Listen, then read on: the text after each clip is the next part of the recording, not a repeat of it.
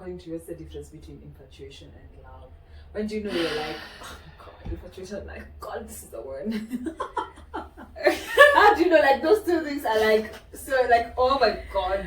Well, after my many years of just dating on this app and just having a lot of education, Yeah.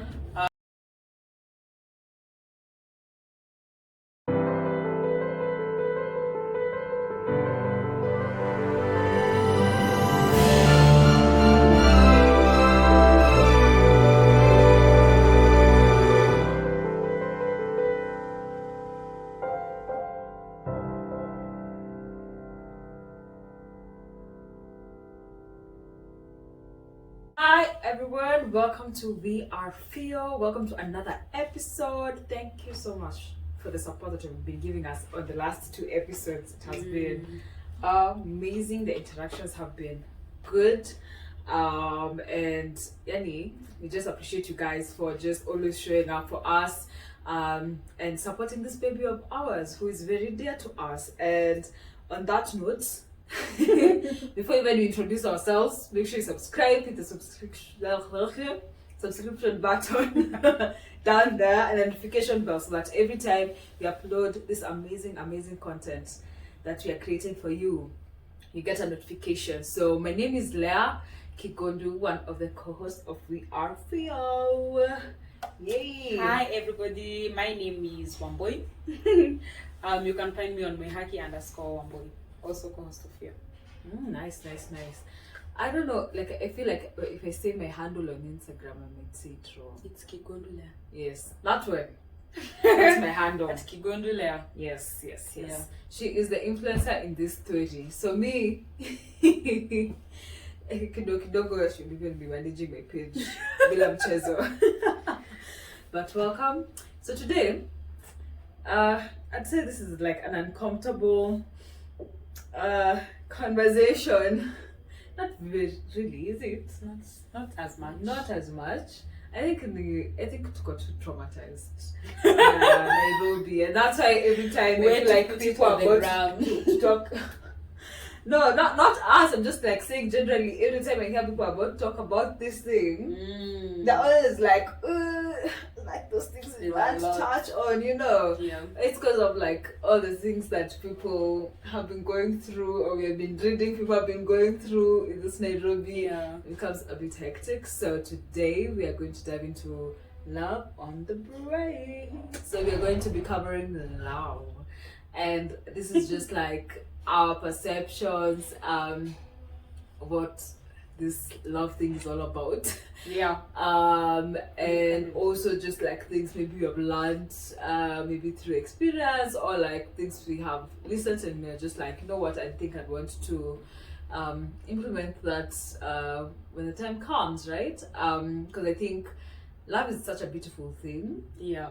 But it's also one of the things that I feel like also people are very fearful of.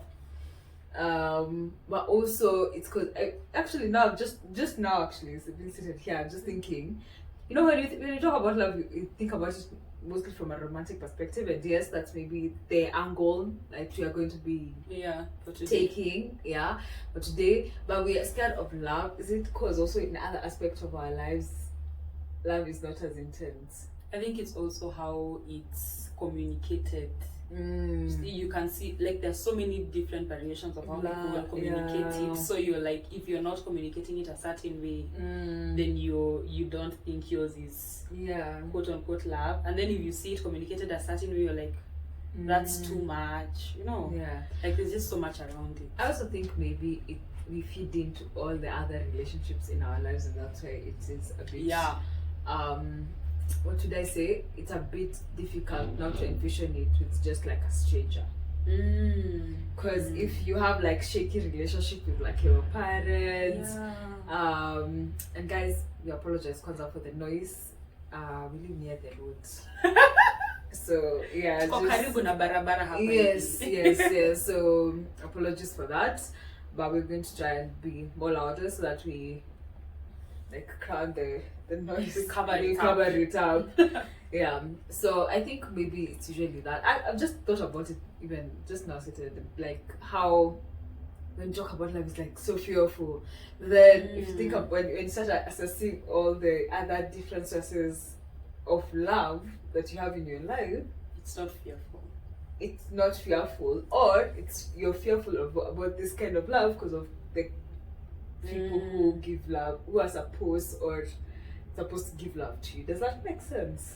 Are you talking about it from a point of, for example, like outside, like somebody completely new, and that's now you like falling in love with somebody new, having that kind of relationship with somebody you are not you don't know, or you don't have like history with, and then comparing it to how you were raised and the people in your circle now, and how that like they transmit love to you. Oh, that makes you feel love can be dangerous, right? Yeah. Like for example, if you have like you're a bit like insecure, maybe you and your mom or someone, you have like a not very like how you relate in terms of love. Yeah.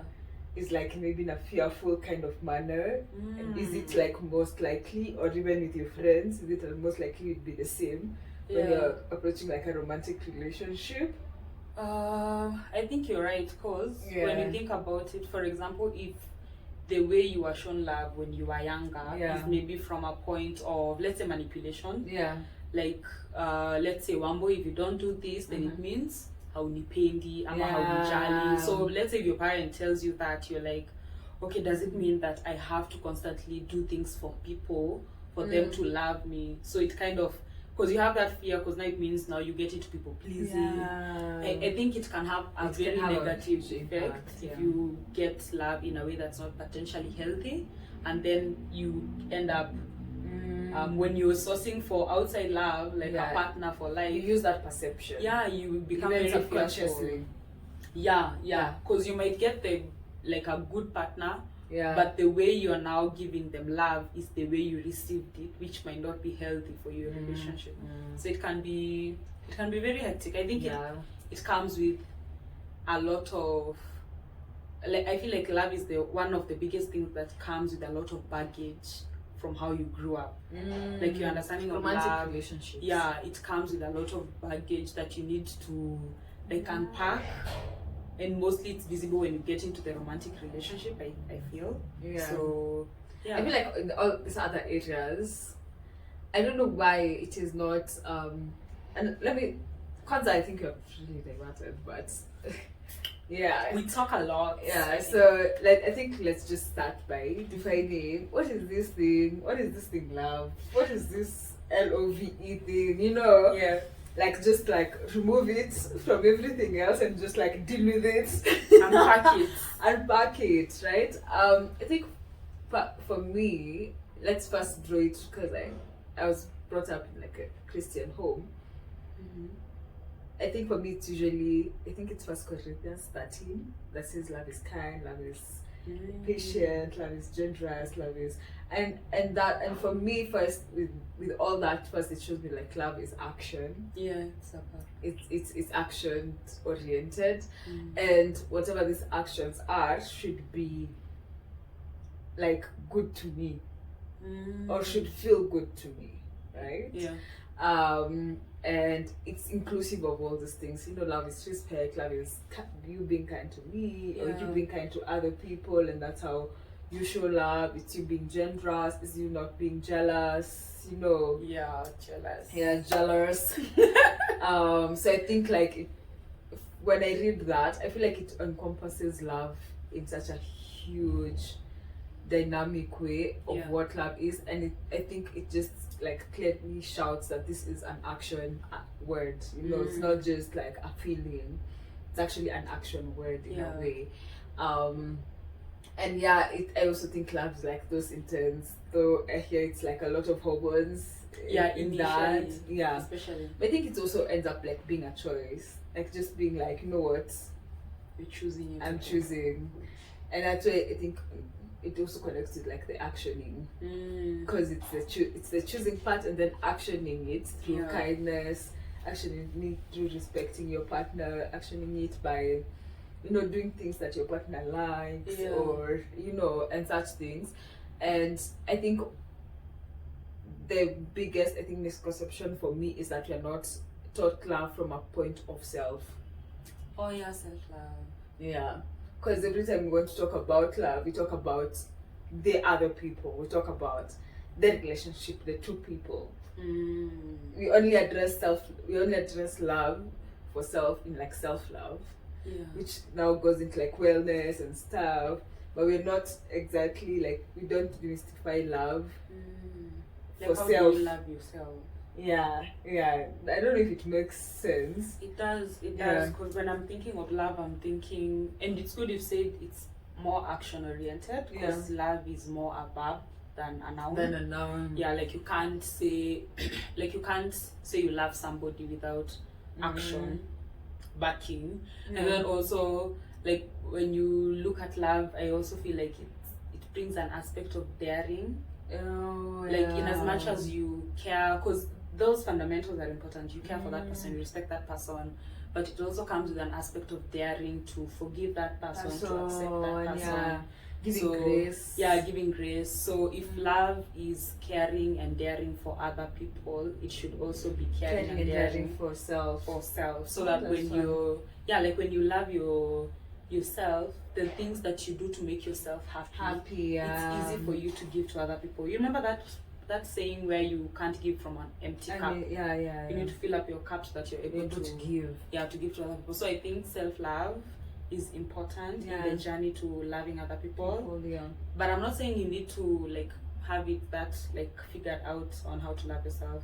Because when we were discussing, we were talking around how when you're in a relationship, you can learn how to love yourself. Because it teaches you a lot about yourself. And then your partner loving you can also be a way of helping you, like showing you self-love. So I think it's a big thing for love, like self-love in love. I think I also think so. Today it was, I think, a podcast. It was a podcast, the Mind Value, and just referring to what you've said, how relationship help us heal. And she said something really profound. I think I even noted it down, that why the reason why we usually feel like relationships are very complicated is because we are in a relationship. In that relationship, you're having another person, you're having that relationship with ourselves, with other people.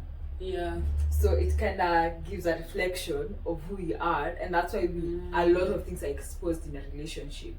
Because essentially, the kind this is like, so it's like the discussion was like around love as an energy, and how the kind of energy you give in terms of love is what you kind of receive, and also that kind of energy is what also attracts the kind of people you tend to love or have around or be in a relationship with.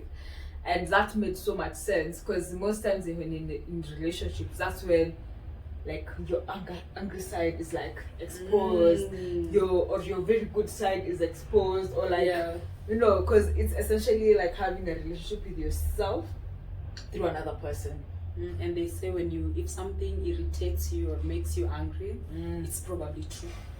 And that's why it's usually it feels very complicated, because it's like I'm having a relationship with you, but at the same time, the fact that I'm having a relationship with you, I'm having a relationship with myself.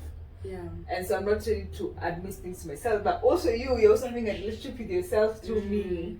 I think maybe so that's like it's a lot. It can be maybe it can also be triggering to a point of leaving a relationship. Because if you're finding yourself, like quote unquote finding yourself in the relationship, seeing some things that need work, and you're not able to accept it, and then like work around it while in the relationship, sometimes at the end of the day you end up splitting because you can't handle yourself in the relationship, and then there's this other person in the relationship. I think also just thinking about it can be you're not ready to face the reflection of yourself, so you project it, and it leads to a lot of arguments. You project it to other people, because nowadays I'm very cautious of when I'm reacting, even just with people, to just be like, is it me, is it a projection from my end, or is it actually something that I feel like that did not sit well with me. But sometimes it might be someone has not done anything, or it's not like anything essentially, but you're on your guard, and it's because you're projecting something, or that something has triggered you. So I feel like that's why it makes relationship complicated. When she explained that, then it was like, yeah, like that. Yeah, like it is, that's why it's hard. That's why it feels very unsettling or very disorienting, and you feel so fearful. And it can come as a good, like, you can be in that relationship, then it ends, then I feel like that's why it's important when you get out of a relationship. Take time. You take time, and you also kind of gauge what did you learn about yourself from the relationship. And be ready to be honest with yourself. Yeah, because it means some of the things that happen in this relationship, if you are not conscious enough to be like, okay, Rita, when you're in this relationship, you are like this. Yeah. It means you will carry it over to the next one without like working on this one. I know some people do relationship after relationship, but I feel like there's some strength and some sort of peace that comes with like just checking what happened, how you were in that relationship, and if that version of yourself was maybe one of the reasons why the relationship didn't succeed, and how to like just make yourself better.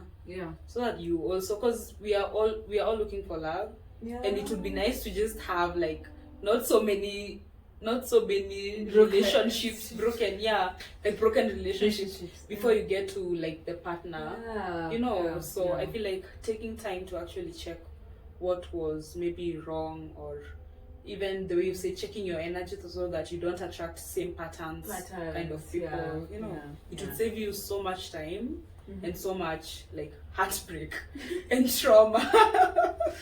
Very true. Let me ask, what has been like according to you, what's the difference between infatuation and love? When do you know you're like, oh my god, infatuation, like, God, this is the one.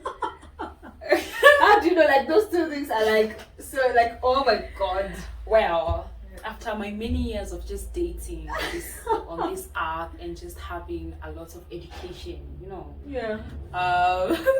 well, I do not have a lot of experience, but I feel like when I think about love, from my knowledge base and from what I've seen and experienced, I think love comes from a point of, first of all, deeply caring for somebody beyond just what they look like. And caring means caring about like putting their needs first, like caring about what they think, caring about what they want to achieve, like going past the quote unquote, oh my god, like the first like I can see a guy and he's hot and I'm like, oh my god, so I'm attracted to him, but it doesn't mean that I have, or even if we interact and he's good looking and all those things, there is still a step from that to love. It's not for me, because I know people say there's love at first sight, I don't know, but there's a step from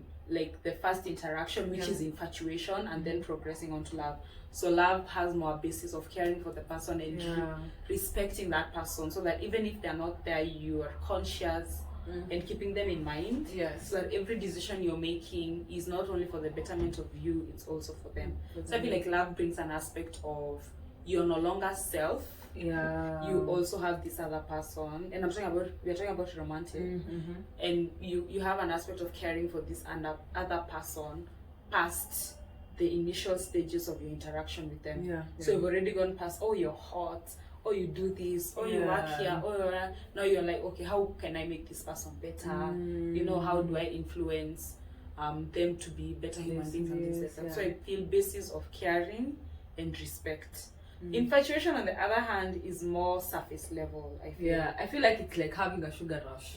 Yeah, exactly. It's very surface level. It usually doesn't amount to anything if it's not like intentionally you're like, okay, I would care for this person. I feel like it's very, or the first time it hits like a bump, it's done. Exactly. Like you can't have, and that's another difference. Like love is more, you stick and you make it like work Work. because Or you're see, intentional. yeah, you're intentional about it. Yeah, but infatuation is just like you don't have a connection to that person Yeah. compared to the person you're like quote unquote in love with. You know, Yeah. like it's very, if something small happens, you can just walk out. It doesn't have Bases. ni kama haijakushikilia vizuri, like it's like it in a hang doesn't have, yeah, the foundation is weak. Like you're just in a stage of you're thinking about this person and all these things, but you're testing them and it's fun and it's good. Yeah, until something happens, then you're like, okay. Yeah, and you're easily influenced by other people about that situation. I feel like if you're in love with somebody, you stick to your guns. Yeah. But if you're infatuated, you're easily influenced to even leave, walk away, and things like that. Yeah. And I think maybe it's because there's something that you have seen that makes you have this like over excitement. Yeah. Right? Yeah. Imagine the first stages of what the first times the first time you fall in love with somebody. It's crazy. It's like you're sick. Yeah. You come, oh my God, look at how they are. Even their smells changes. Even how you look at them, you're like, because there's so many things. But then after that, if you're able to like stick through after those first stages of dates or whatever, I feel like now that's now growing into love. Yeah. I think when now you don't have so much conversations, you can still be. You can even be silent together. Yeah. I feel like, and it's still comfortable silence. Yeah, it doesn't have to always be there's something, you know. Because it can be very tiresome also. Okay. Yeah, my hair is all over me. Yeah, we are fixing her. Just like makeup team. So what are some of the myths you think growing up you've heard about love? Did I even hear the word love? No, yeah. First, let's start from there. Not even just like saying love. Let's say from the movies. I think those ones are more relatable. Because I don't think. Or just from like society. Myths around love. I feel like. So first of all, I didn't hear it at home. At home, being said like I love you. Yeah, I never had it. I think I started it by telling Ruby I love you. Because it's very frequent now. We usually tell her all the time. So Ruby is the youngest girl in the family. So, and I don't know where I took it from. I just felt like it's a form of affirmation. So that, so you don't go looking outside. You're affirmed that it's in-house before you go looking outside. But the myths I've had around love. I think it's a fairy tale that we always see. Like happily ever after. That kind of thingy. I feel like we don't get like a full picture from movies. Like me, I like when they have a bump. Like that's exciting. Yeah. That time when they are in a rough patch, they're arguing. And then they leave each other for one day. And then they're back with each other the following day. Yeah. I feel like the fact that we don't see like what happens the next step. That's why sometimes I feel like we get to like the society presumes as like the optimum, which is like marriage, and then we have all these expectations of it's supposed to just be good things, and then we go through a lot of bumps, and then you're just like, oh, did you make the wrong decision? Yeah. Is it really love? Because love should feel like this fairy tale kind of feeling, or this kind of way. And even in relationships, like when things start becoming tough, when we need to talk about tough things, when it's difficult because there's this fairy tale kind of thing that you have seen since you were young, and it's still the same thing that is continuously pushed, that becomes a bit difficult. And mostly if you've not seen it like in real life, like for us, we don't come from a family. When we were growing up, we didn't come from a family where we were very touchy feeling. I feel like we came from a masculine family. Yeah, because most of the women in our family they have more masculine energy than feminine. So she was, toughen up, do this, do that, And so sometimes, like that's what we have seen, and we have not seen. Yeah, so we look up to romantic movies and stuff like that. In a High School Musical. Yeah, and these people men were kids. Yeah. You think about it in high school. Yeah. And so yeah, I feel like that's maybe a myth that sometimes we think you can be like, oh, maybe they didn't influence me, blah blah blah blah blah. But in essence, in the subconscious, you're kind of looking for it. Yeah. In a way, in your relationships, in your whatever, and that doesn't prepare us for like harder stuff. Yeah. In a relationship, in a sense, I think so. Yeah, and I don't think even if they were to produce content around after happily ever after, I think people wouldn't watch as much as they would watch the one that just leaves you at happily ever after. Yeah. So because the realities of after, of happily ever after, now the after, I don't think it's, in as much as people experience it, I don't think it's something people would want to have it in their face. Because it is shouting. Yeah, it's real. It's shouting. Yeah. But I like nowadays. I like watching like a lot of maybe podcasts or like Our Love Journey by Pomi and Dwaba. Yeah. Like just hearing stories of couples from like where they started and where they are now, and just like listening to their journey. I prefer that way more. Like just real life stories of couples and just them saying what they have been through. Yeah, I feel it gives like a wholesome. And then it's not complete. Yes. At the same time. Yeah. That means like it's a journey. It's like continuous. And I think also the other myth I think I get from now the stories that I listen to is that love is so dynamic. We can't all fall in love in the same way. We can't do love in the same way. We can't like. Oh my God! I don't think there's not. Even the books that talk about love, they talk about love differently. And that's why every story, like people are hooked on every story. Because of the diversity. Of how they love. How people love, how people meet, how they interact, And when you listen to all these stories, like there's in that same story, there are people who met in that manner and they broke up, but there are people who still met in that manner and they are 50 years in, so I feel like there's no way you can be like, it has to be this way or this way or this way. I feel like it's so dynamic. You can just place it and just be like, this is how love is or should be done or should be implemented. It's not a project. Yeah, it's true. And I think it ties in, because when you're talking about that, I thought of the myth around love is forever. First of all, because when you get into a relationship, you are the first relationship, you're like, this is the one. Especially if it's your first experience in everything, you're like, this is it. Like there's no other person for me. There's just this one. But sometimes love can mean walking away. If that's them, like even for the other person. So I don't believe in this aspect of, I know you can love somebody for your whole life, but it doesn't. Which is okay. But love doesn't necessarily mean that you have to be together. Or when knock on wood. I don't know if that's word about. Or when you lose your partner. Or when you lose, like you can love them. But it doesn't mean that you don't have capacity to love someone else. Exactly. And if ever had this discussion, is it like what's the difference? Because I'm also thinking, when you love somebody, because love doesn't mean it needs to be reciprocated. You can love somebody and they don't love you back. Yeah, man. It's life. It's one-sided love. It's one-sided, and it's so common. You know this saying of, you love somebody who loves somebody else who loves somebody else. So the fact that you can love somebody and if they don't love you back doesn't mean you need to keep yourself in that space. Because I think the fact that you have proven you have capacity to love, you have capacity to love another person.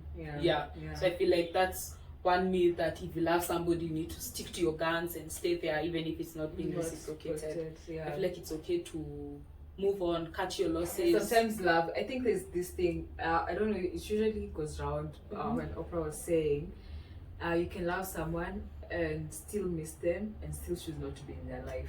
Exactly. Exactly. 100%. 100%. Because what happens when you are heartbroken, when somebody maybe we say cheat on you, but what if somebody comes and says, okay, Rita, my feelings for you are no longer what they were? what happens? What are you going to do? I feel like it's so hard to reconcile. Yeah. That It's like it's hard to reconcile that than it is to reconcile like he cheated. So like it'd be like oh he cheated. So like I have all the right to move or and then they cheated or leave she you did and they're this. not dating somebody else. They are on their own.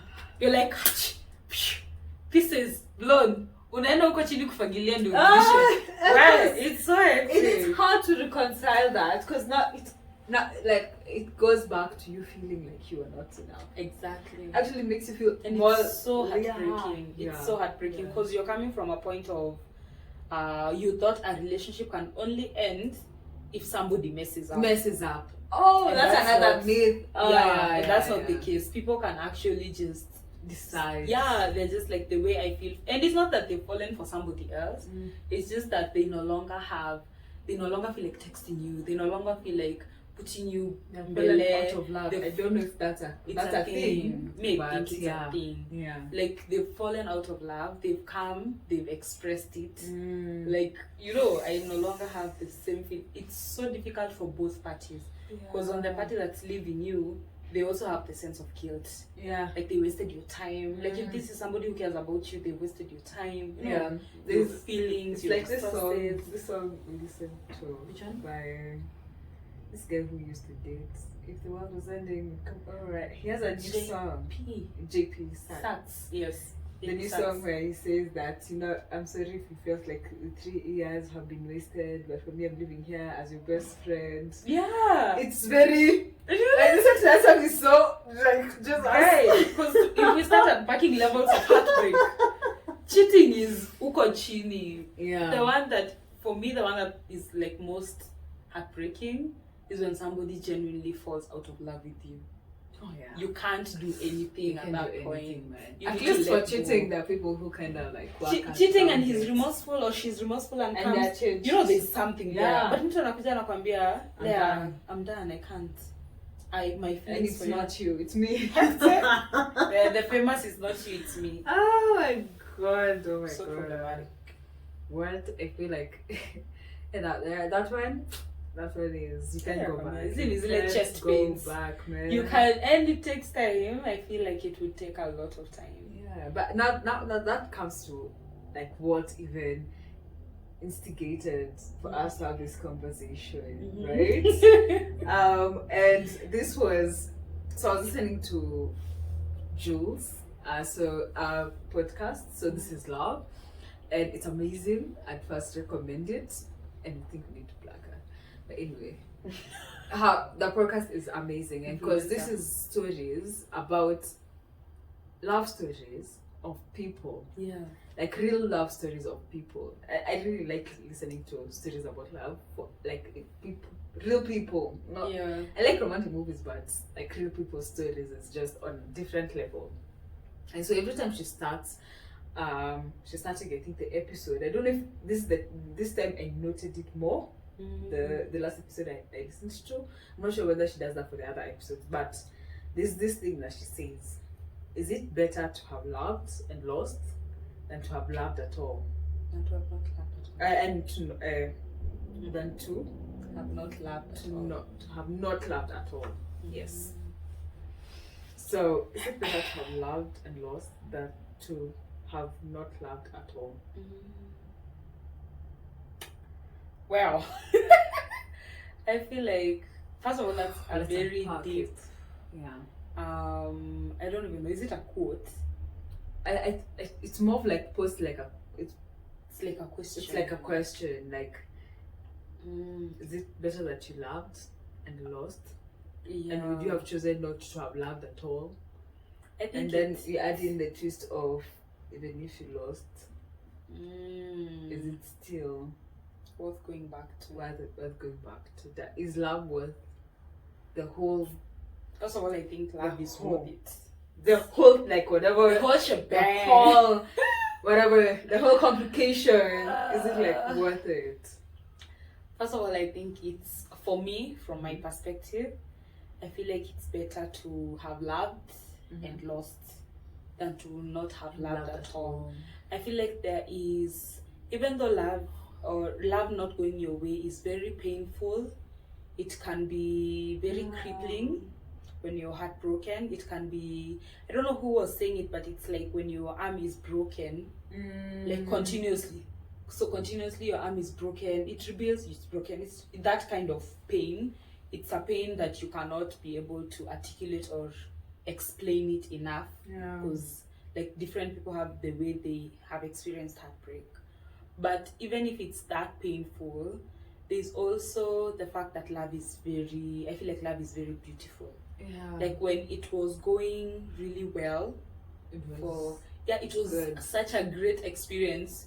In your mind at that time you were like, this is the best experience. You wouldn't want to like not have that experience. You're on a laptop, you wouldn't want to like not have that experience. And it teaches you so much, and it feels so huge in your chest. It feels like like something very big. And it feels like there is a lot of possibility. And then finding this other human being separate from you completely, and then being able to love them that much. A very strong connection. That's a very strong connection. So even if I was heartbroken, or I am heartbroken, I would still want to do it, because I would still want to find a human being who would love me, and I would love that much, even if it means I'll get heartbroken again. But that even if it's fleeting, I'd rather do it. Get heartbroken, get back, and do it again. I feel it's worth it, because at the end of the day, if you don't experience it, I feel like there's a gap, there's a gaping hole.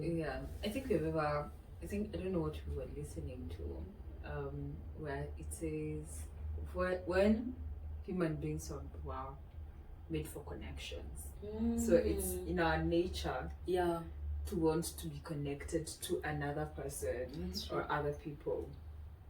And then we are supposed to be like a community, and I think that instigates the whole connection. We're made to love, we're made to give to other people. We've made, it's just like animals, in a way. So we kind of in that same nature. And I think, and also this song, the same person, JP Sachs, he has a song called The Good Parts. It's actually, I think, really new. It's new, And in that song, and in that song he says that, I think the good parts are always more than the parts where we called each other names and blah blah blah, and it went. So I hope that even as you sit down, you remember the good parts, because those were the biggest parts than the wars and the clashes and blah blah blah. I also think so. And it's not like big in terms of how much time they were. They were in terms of just like impact. The magnitude and the impact that they have. And the reason why it is hurting this much is because there's that big. And so I think it's worth the risk. I think it's worth the risk. I think it's worth seeing, like, just experiencing that intense feeling. It's worth experiencing you choosing your own clan, your own person, your own independently. Like, this is not, you're not dropped here. Nobody forced you. Like, choice. You chose to want to be with this person. And them choosing you also, and just knowing that there's a person that you never knew but now becomes a very significant part of your life. Because you remember when they stay longer with you than you did with your parents. Like today in the morning, I don't know, and we listen to a lot of things, my God. And there's this couple that was like, they've been together for 50 years. 50! When did they meet? So they were like 20 men. Like, remember Tina Abel? 14 years. And they're like 35 or something. And it's 50 years. That means they have been with this person every single day. And like they have like systems they have put to sustain that relationship over that long period of time. Yeah. I feel like when I see them, it's just beautiful. Like when you see your grandmother and your grandpa in that kind of setting, you're just like, oh, you want it. You want it. Like it feels so good.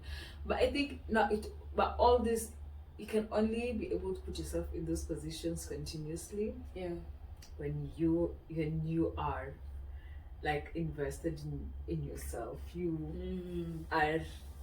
you're not tapping into the other person. You're not building your home in the other person. You're not building your home severally in other people's lives. Yeah. That gets destroyed. Like you are comfortable in you just being you. Like what Matthew the book, The Green Light, Oh. where he says like he decided and just to pursue. Yeah. He decided to first choose to be happy by himself, and whether a partner comes or not, is still fine because he's still happy within himself. And if you don't have that sort of contentment within yourself, it will always feel like you're trying to gather other things from other people. Yeah. And you'll also never trust yourself enough to make the right choice in regards to partnership. That's very true. Yeah. And I feel like trusting yourself is like number one. You need to trust that you can be able to make that decision over again, despite like this one hurt you or this one happens this way. And also I think the understanding that sometimes it's not about you. In the same way we say, like, when you tell someone something, you're not responsible of how they feel about it. Yeah, that is their own shebang. That's their own thing. And I feel like sometimes it's the same thing. Sometimes it's not fully about you. Sometimes it's how they are feeling. Sometimes it's what they're dealing with. Sometimes it's like the facets of why things would go wrong is also as dynamic, I think. So I think being in a place where you're constantly, as you said, like filling your cup, even when in a relationship, remembering that you're still an independent person, and if this goes wrong or not, you have the capacity to heal through it. You have the capacity to still experience love in your life. Yeah, like to create that kind of headspace is like, I know it's very difficult. Yeah, it is. It's very difficult, but I think it's a good experience. I also think so, because when you say it's better to have loved and lost than to have not loved at all, it doesn't mean, like when I say it's better to have loved and lost, it doesn't mean that I'm not cognizant of the journey from heartbreak to finding another, like, new love. Yeah, and the struggle. Yeah, it takes a lot of time. It has a lot of fear, a lot of vulnerability involved. It can be hard to like kick off this new relationship. You can get a very good partner and what have you, and you might be in the space of I'd rather love again, but I think it's good to take your time, especially after heartbreak, before you dive. Like, don't get into another relationship to put a band-aid on the pain from the other one. Yeah, I feel like you will be giving other people trauma because you won't be in a fully present. So you'll heartbreak another person, you heartbreak another person. I feel like at that point you need to take time. Yes, you will love and love and love, but take time before you jump to the next situation. Yeah, I think it goes back to the question that we had the other time also. It's like, what is better, like to have a good partner at the wrong time, or have the wrong partner? What was it? It was about time and a partner.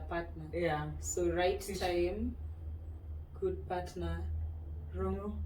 Right time. I don't remember. It's the right time. Like, is there a right time? Yeah. For a partner, and then is there a wrong time for the right partner? Yes. So you're like, this is the time for you, but you get a wrong partner, and then this is not the time, but you get a good partner. Yeah, I think it was around that. Yeah, something around that. And like the balance of it is, you can have like someone you're like, oh God, this is a person I want, but it's the wrong time.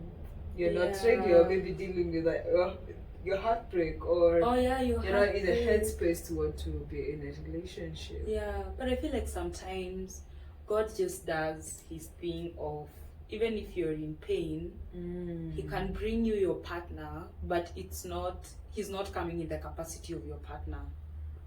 He comes first in the capacity of your friend. Because I've had these stories of a guy helping you through stuff, and then you end up dating them. Yeah. So I don't know about I don't know about the like right time and partner, and then colliding like it being perfect timing with the perfect or with the right partner.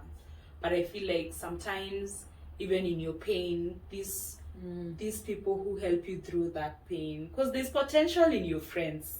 You know, people could have to date your friend, and then there are people who say date your friend is very risky. But which is true. But who essentially is a partner. They're supposed to be like your friend or something. Yeah. So I also believe in that aspect of somebody can come in your life at the right time. It doesn't have to be for romantic purposes, but to maybe for the reason that they're there at that time, and then that can evolve. So even if you're hurting and other things, please usifunge milango. You never know. You never know. You can have somebody in your life, a guy in your life, but it doesn't have to be romantic at the first interaction. It can be platonic. I also think so. I feel like I think it's difficult, but I think at the end of the day, both would have to align. Both would have to align, because as much as there's that, but it has to align in a way that by the time you are getting there, that this person is still there for you. I feel like if they're the person, they will in be there. The universe. The universe will conspire. It will conspire to make it happen. So, and I feel like this is one aspect of love. It's not forced or coerced. I think it's just intentionally love. I think it's just trusting the process. I think if you feel like you're not in the space, don't feel like there's a need for you to force something to work.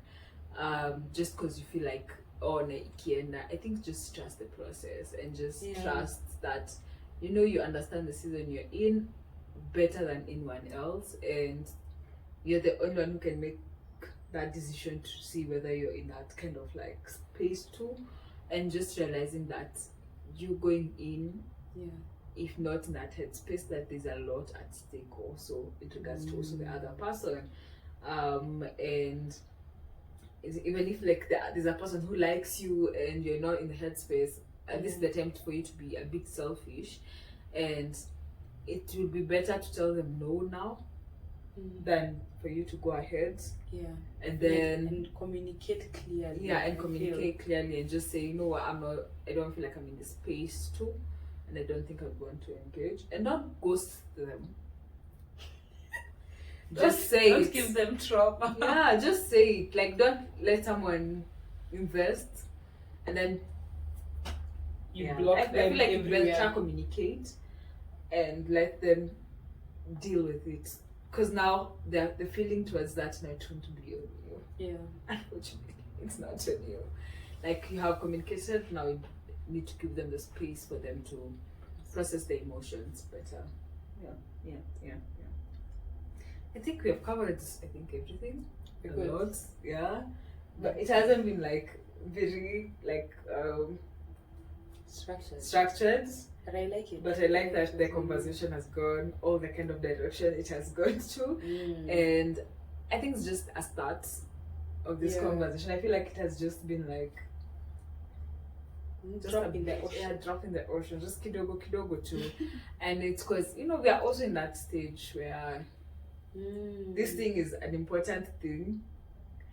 It's things we need to start thinking about or planning on, or we are actually building, or you never know at what stage. And I think in our 20s, relationship plays a big part. Like for So This Is Love, it's made me realize how impactful relationship, like in our younger years, like in uni impacts the way we end up relating, end up showing up in relationships. And at that point, you're so young, you didn't understand what exactly love is. You got to mapenzi, and then Myoto.